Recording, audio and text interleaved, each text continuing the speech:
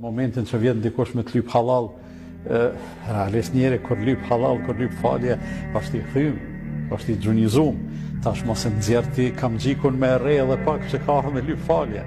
Po bëu atë zemër xharë edhe trajtoi njerëzit ashtu sikur se ka qenë Abu Bekri kur ai kushëriri i tij Mistahu kur ka fol për Aishën radhiyallahu anha ka fol keq. Realisht Abu Bekri po e man po e man financiarisht, po i ndihmon, ai ka qenë fukara. Edhe kur po dëgjon se ai pas ka fol për Aishën, tha kur mos kam i ndihmu. Allahu lëshoi ajete për këtë punë në surën Nur.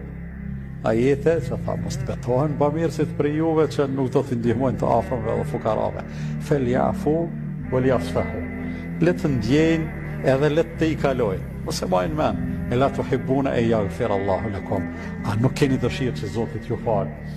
Abu Bekri kur e dëgjoi këtë tha o Allah që s'kam qefti mua me fal. Edhe u kthye atij tha po të falje, ai pa i lyp falje edhe vazhdoi me i ndihmu akoma edhe pse dorën zemër ja kishte lëndu zemra.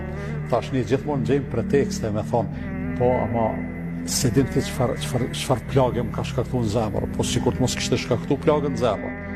Atë çfarë arsye do të kishte ai të kërku falje? S'ka arsye, na sikur të mos kishim gabuar, as Zoti s'do t'i kërkonim falje.